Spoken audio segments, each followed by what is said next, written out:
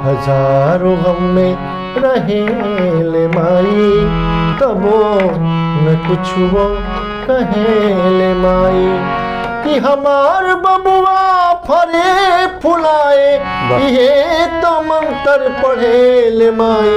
क्या बात है। नमस्कार दोस्तों, मैं हूं आशीष त्रिवेदी। स्वागत है आपका संकल्प के यूट्यूब चैनल पर। दोस्तों, जैसा कि आप जानते हैं कि हमारा ये संवाद कार्यक्रम है।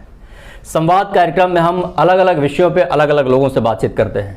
आज के हमारे बहुत ही खास मेहमान हैं, बहुत ही विशेष मेहमान हैं शैलेंद्र मिश्रा जी। आपका बहुत बहुत स्वागत है, अभिनंदन है हमारे इस यूट्यूब चैनल पर। शैलेंद्र जी के बारे में मैं बताऊं कि सिंगर हैं, युवा लोकगीत गायक, हम सब जानते हैं, और एक नई धारा लेकर के चल रहे हैं। जब पूरा समाज जो भोजपुरी लोक संगीत का है एक दूसरी दिशा में बह रहा है, जो कि अपने तात्कालिक लाभ के लिए और कि क्षणिक लाभ लेकर के तुरंत हम हाईलाइट हो जाएं और लोग हमें जान जाएं, तो उस धारा के विपरीत शैलेंद्र मिश्रा चलते हैं। भोजपुरी में अश्लीलता के खिलाफ इन्होंने एक मुहिम छेड़ा है, और मुहिम क्या, एक बहुत बड़ा आंदोलन इन्होंने छेड़ा है। इनके बारे में बताऊं कि बलिया के पहले ऐसे सिंगर हैं जिनको भारत सरकार के संस्कृति मंत्रालय द्वारा अपनी लोक गायकी को संरक्षित करने के लिए, उसको आगे बढ़ाने के लिए स्कॉलरशिप अवार्ड मिला। बहुत सारे पुरस्कार, बहुत सारे अवार्ड शैलेंद्र मिश्रा को मिल चुके हैं और लगातार ये काम कर रहे हैं, अपने गायकी के माध्यम से समाज को एक दिशा दे रहे हैं। आज हमारे मेहमान हैं और आज इनसे हम लोग कुछ बातचीत करेंगे, कुछ गाना भी सुनेंगे। तो पुनः एक बार आपका स्वागत है, अभिनंदन है हमारे इस कार्यक्रम में, संवाद में। और शुरुआत करते हैं हम लोग की, कुछ सवाल लेंगे छोटे छोटे। इस संगीत की यात्रा आपकी कब और कैसे शुरू हुई, लेकिन इस सवाल का जवाब लेने से पहले हम चाहेंगे कि इस पूरे कार्यक्रम की शुरुआत संगीत में शुरुआत की जाए। तो 4 लाइन आप गुनगुनाएं, उसके बाद फिर हम लोग जो है बातचीत करेंगे। मेरे प्रिय कवि हैं मनोज भावुक जी। हाँ। उनकी एक रचना सुनाता हूँ, 2 लाइन। बात खुल के कहीं भइल बाका, ओ भइल बाका, बात खुल के कहीं भइल बाका, ओ भइल बाका, प्यार के रंग चढ़ गए बाका।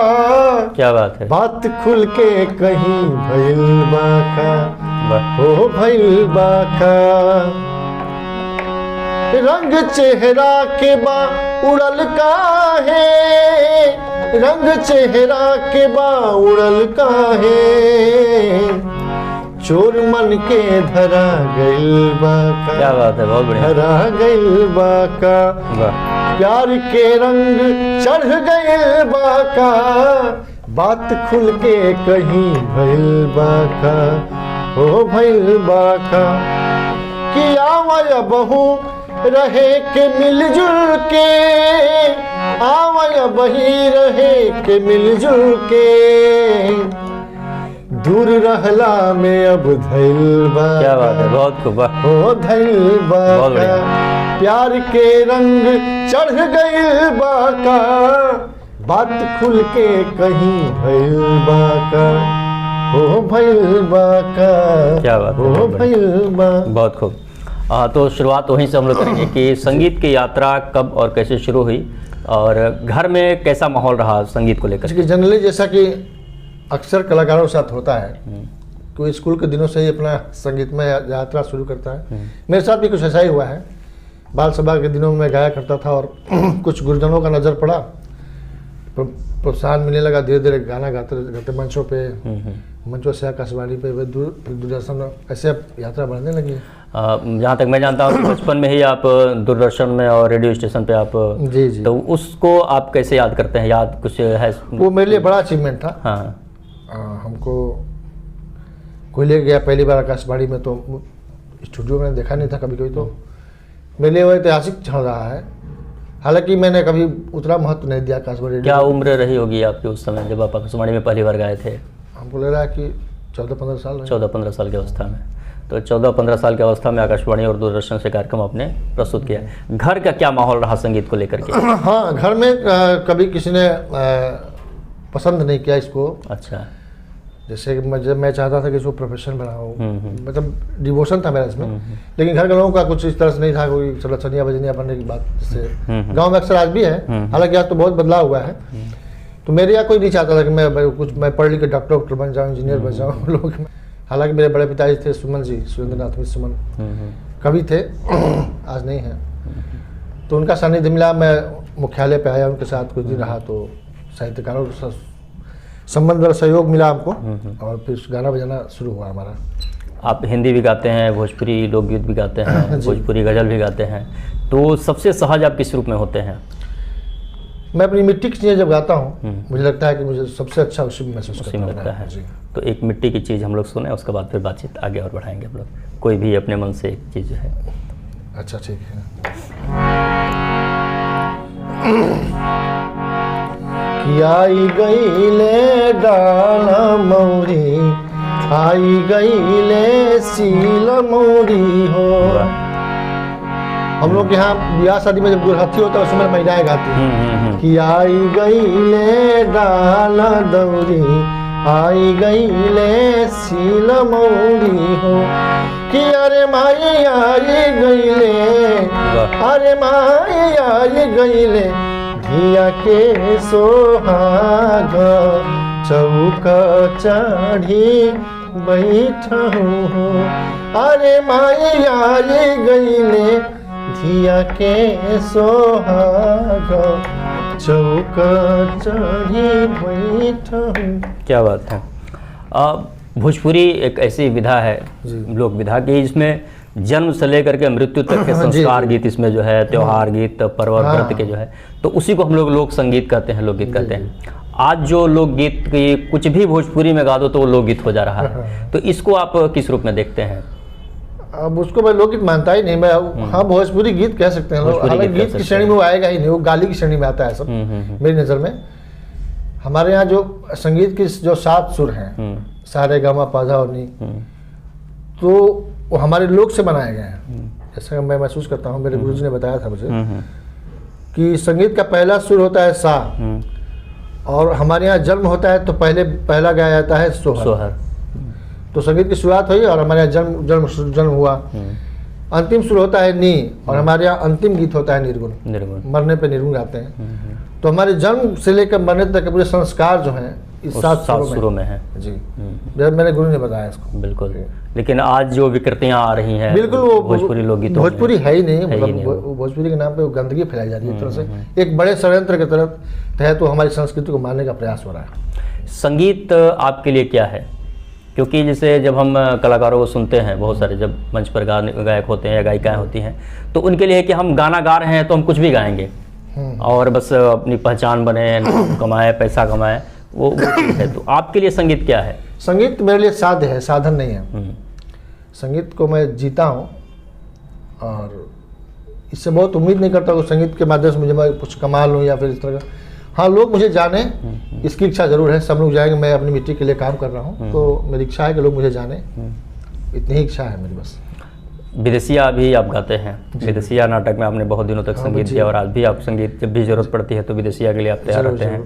तो विदेशिया ने आपके जीवन में क्या परिवर्तन लाया, और भिखारी ठाकुर से आपका जुड़ाव कैसा महसूस करते हैं? भिखारी ठाकुर से मैं बहुत प्रभावित हूँ। भिखारी ठाकुर को लेकर, भिखारी ठाकुर जब मैंने पढ़ा था संजीव का उपन्यास सूत्रधार, तब मैं ज़्यादा प्रभावित हुआ। तो फिर मैंने आपका ये टीम ज्वाइन किया था, संकल्प का थिएटर ग्रुप, और उस दौरान मुझे लगा कि भोजपुरी इस तरह की भी होती है।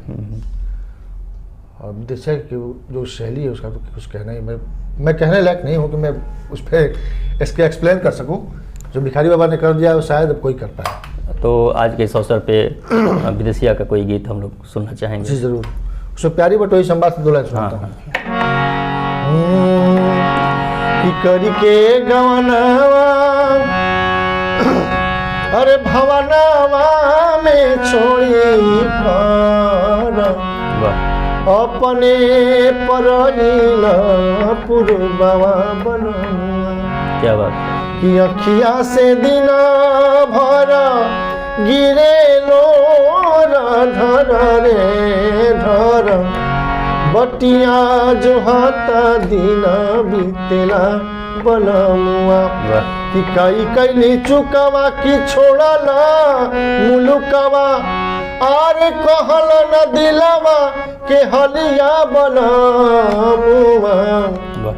कि कहता भिखारी नहीं अरे आशा नहीं खे को रे पाई हमारा से होखे के दीदार क्या बात है। बटोहिया हमारा से होखे के दीदार हो बटोहिया। बहुत खूब, क्या बात है। भिखारी ठाकुर के नाटकों का, उनके गीतों का कोई जवाब नहीं। जी बिल्कुल। दो लाइन हम उस गाने को भी सुनना चाहेंगे, पिया गलन कलकत्ता वाले सजनी। अच्छा जी जरूर। दो लाइन।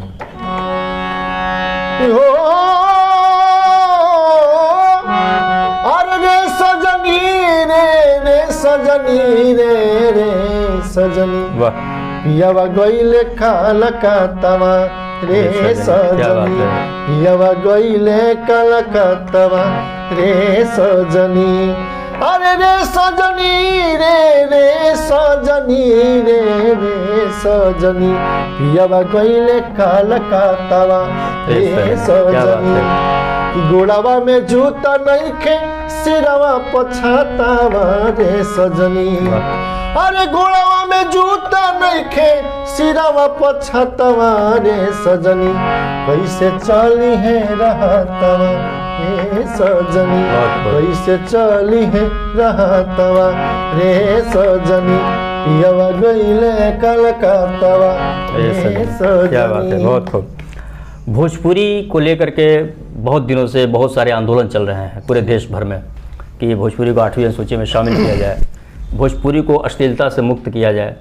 तो एक दो सवाल हैं इसमें। एक तो कि भोजपुरी में जिस तरीके से अश्लीलता की बाढ़ आई लोक गायकी के माध्यम से, सिनेमा में, तो इसका क्या कारण हम लोग समझ सकते हैं कि क्यों ये अश्लीलता इस तरीके से फैली।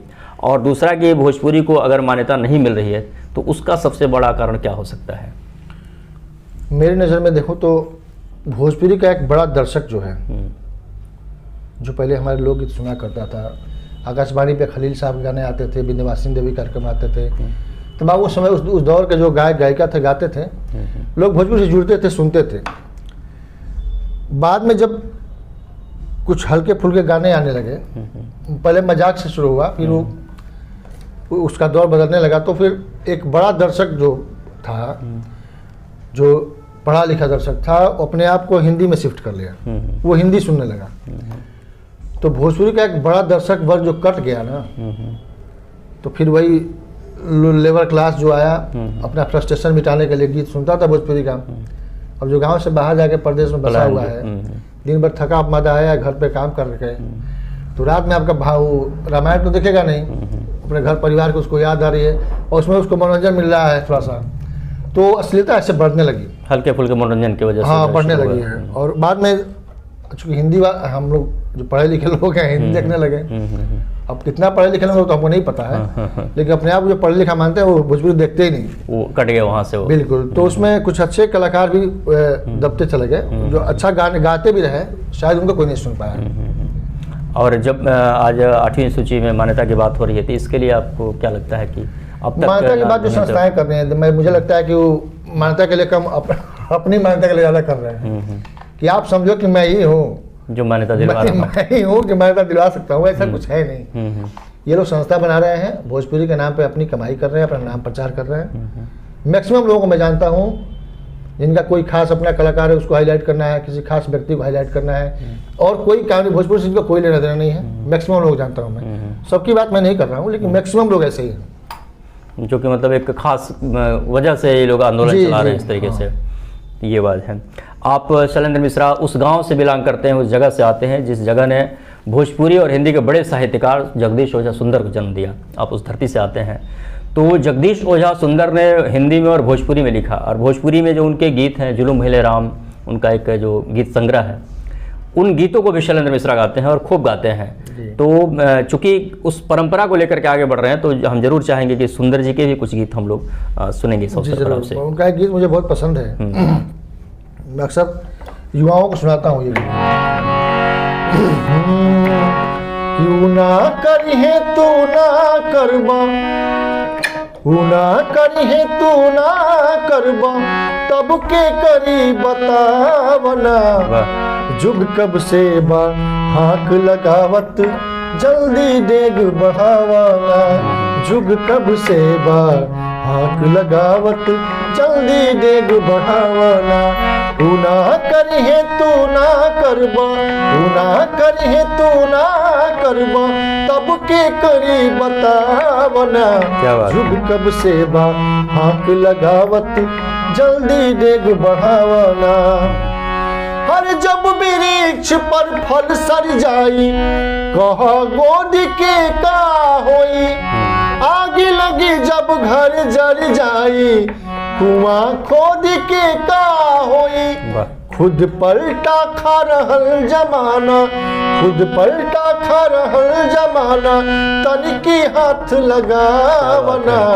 जुग कब से बा हाथ लगावत, जल्दी डेग बढ़ावना।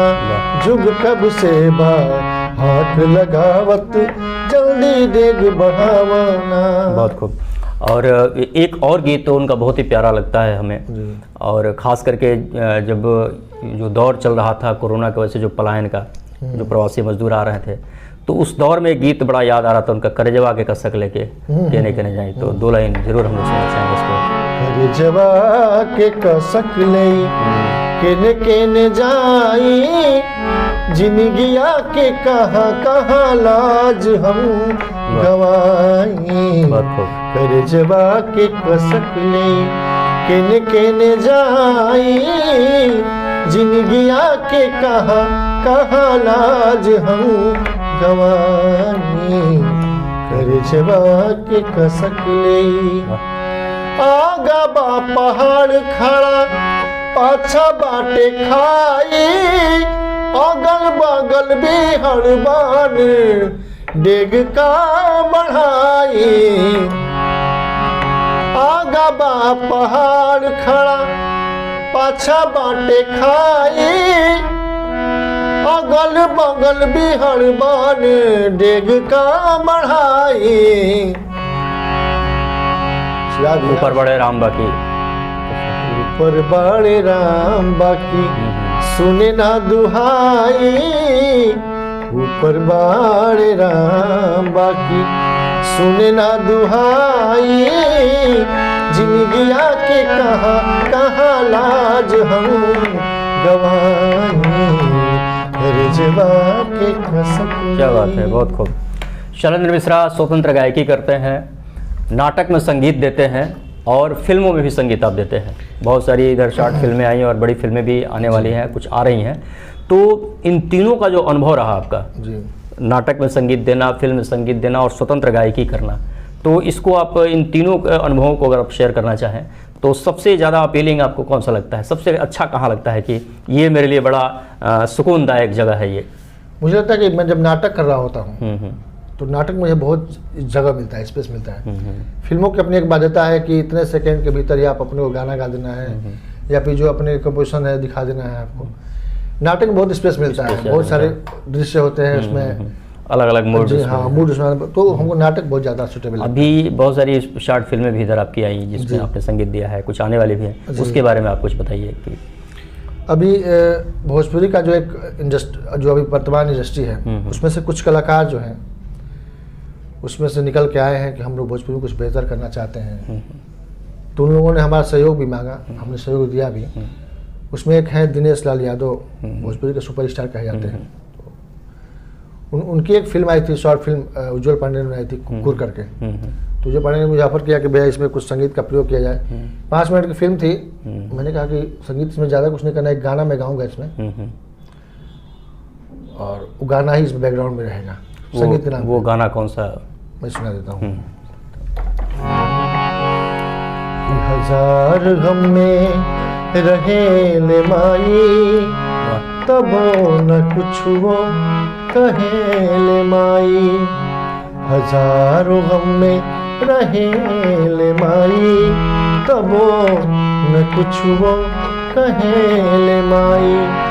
कि हमार बबुआ फरे फुलाए, ये तो मंत्र पढ़े ले माई।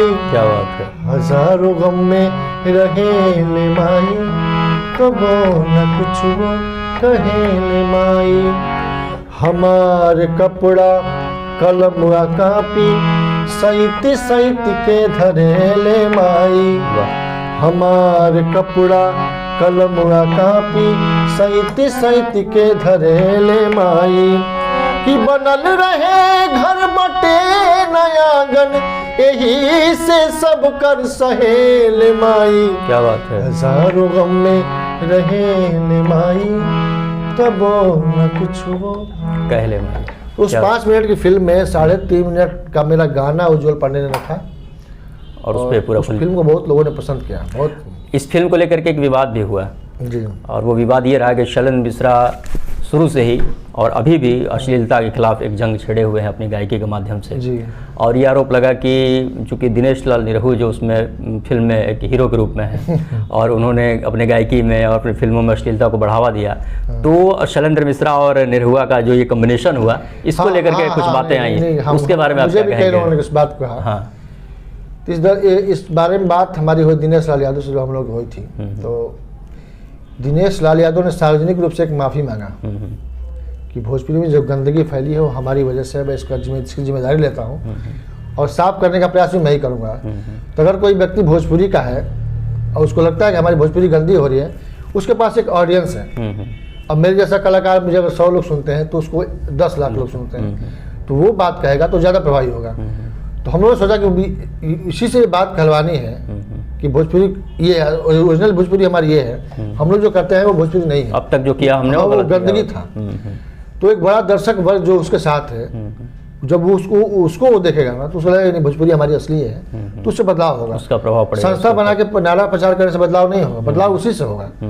अब हम ये कह दें कि नहीं निरहुआ ने गंदगी फैलाया है तो हम उसके साथ नहीं जाएंगे, और वो बंदा लगा माफी मांग लिया कि हम गंदा नहीं करेंगे, हम अच्छा करना चाहते हैं, कुछ बेहतर करना चाहिए, उसको अवसर देना चाहिए, मतलब मुझे मौका मिलना चाहिए उसको।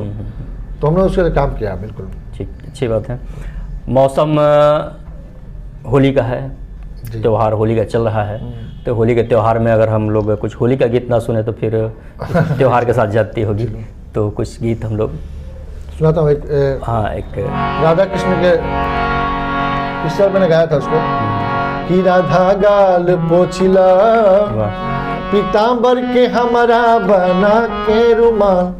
कन्हैया जी ने राधा जी गाल में अबीर लगा दिया है, राधा जी गुस्साई हैं, नाराज हैं और कन्हैया जी मनाने का प्रयास कर रहे हैं कि राधा गाल पोछिला पीताम्बर के हमारा बना के रुमाल, राधा गाल पोछिला झूठे नु करेलू अखियां तुलाल, राधा गाल पोछिला पीताम्बर के हमारा बना के रुमाल, राधा गाल पोछिला।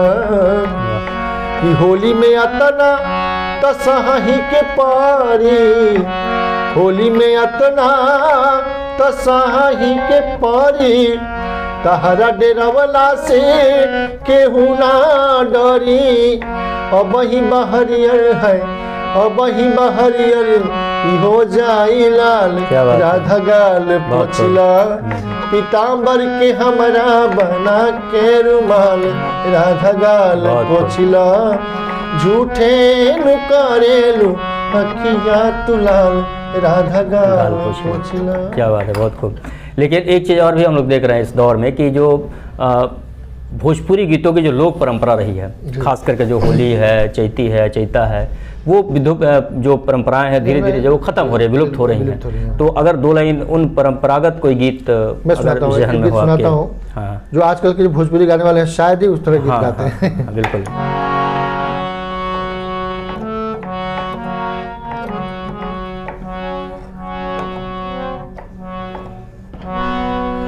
आंगनवा बोले का गया हो लाला, आंगनवा बोले का गो ओ सैया, आहे सैया मिलन शुभ सगुन होत है, आंगनवा बोले का गो सैया, अरे सैया मिलन शुभ सगुन होत है, आंगनवा बोले। क्या बात है। रागवा के बोलिया बिचारा होना पवानी सैया दुआरे भैले खा। क्या बात है। कागवा के बोलिया बिचारा होना पवानी की सैया दुआरे भैले खाड़ हो सैया। आरे सैया मिलन शुभ सगुन होत है आंगनवा बोले का। क्या बात, बहुत खूब।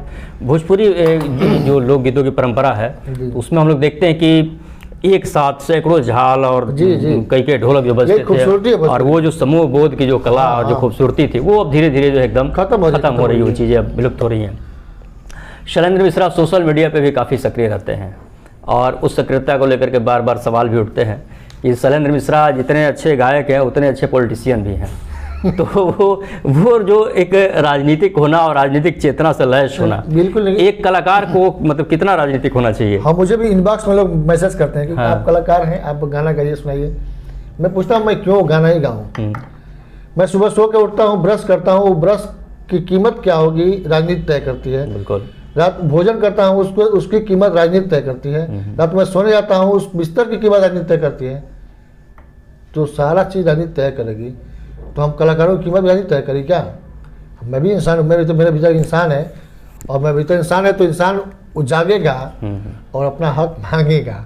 हक मांगेगा तो उसको लोग पॉलिटिशियन कहेंगे, निश्चित रूप से कहेंगे। ये अच्छी बात है कि हर नागरिक को राजनीतिक चेतना से लैस होना चाहिए, बिल्कुल होना चाहिए। और समाज में जो भी अगर कुछ गलत हो रहा है तो उसके प्रति सवाल उठाना चाहिए।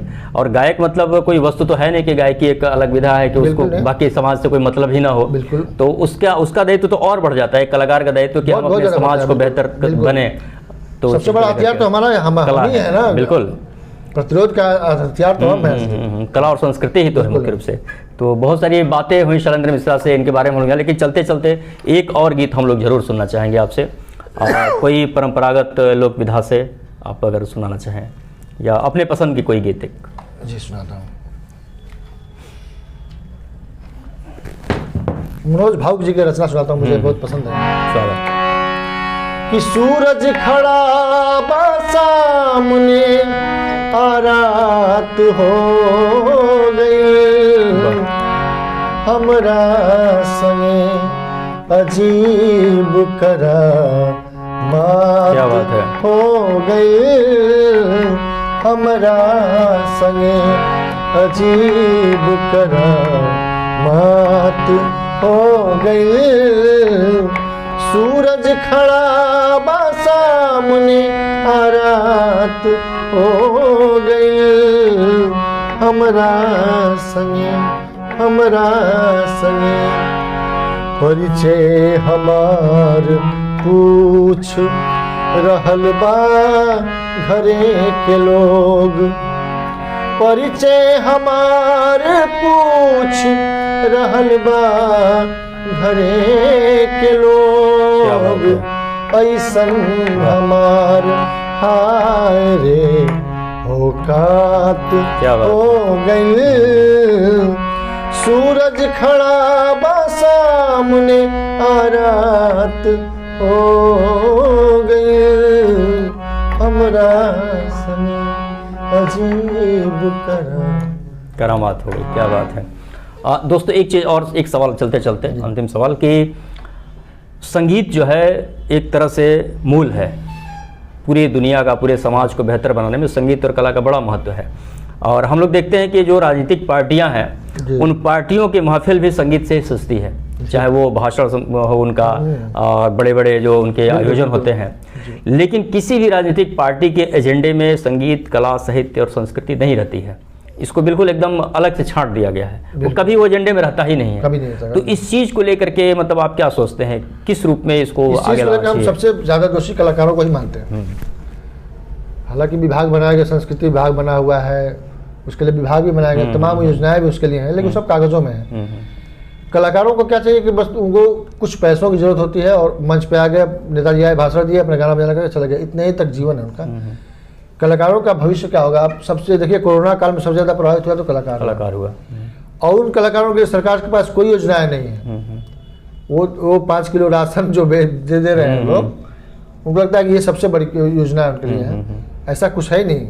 कलाकारों को योजना होनी चाहिए और इसके लिए कलाकारों को एकजुट होना पड़ेगा। उसके लिए अपना एक आंदोलन की जरूरत है कलाकारों को। बिल्कुल, तभी जाकर के अपनी बात को हम लोग, बात क्योंकि कहनी बड़ी पड़ेगी। एक समस्या है ये कि जिसके वजह से पूरा मतलब अगर हम लोग संगीत को अपने जीवन से निकाल दें तो या तो आदमी सुसाइड कर ले या फिर वो जो है ख़त्म हो जाएगा, पूरी दुनिया ख़त्म हो जाएगी। तो जिस चीज़ का इतना महत्व है उस चीज़ का हमारे समाज में लोग महत्व नहीं देते हैं, चाहे वो राजनीति हो या समाज में भी उस तरीके से महत्व नहीं मिल पाता है। तो एक प्रयास जरूर होना चाहिए और इसकी हम सबकी सामूहिक जिम्मेदारी है, कलाकारों की भी जिम्मेदारी है, समाज के लोगों की भी जिम्मेदारी है कि हम सब मिल करके इन सब जो चीज़ें हैं हमारी, इसको हम बचा कर अगर रखें और इसको एक बेहतर समाज के निर्माण में इसकी बड़ी भूमिका है। तो दोस्तों, आज हमने शैलेंद्र मिश्रा जी से बातचीत किया। फिर कभी हम लोग विशेष रूप से और विस्तार से भी बातचीत करेंगे, क्योंकि अभी होली का मौसम है, रिकॉर्डिंग चल रही है, अभी स्टूडियो से ही आ रहे हैं। तो आप आए हमारे यहाँ, आपने समय दिया, इसके लिए आपका बहुत बहुत आभार, धन्यवाद। और दोस्तों, मिलते हैं फिर अगले कड़ी में, तब तक के लिए नमस्कार।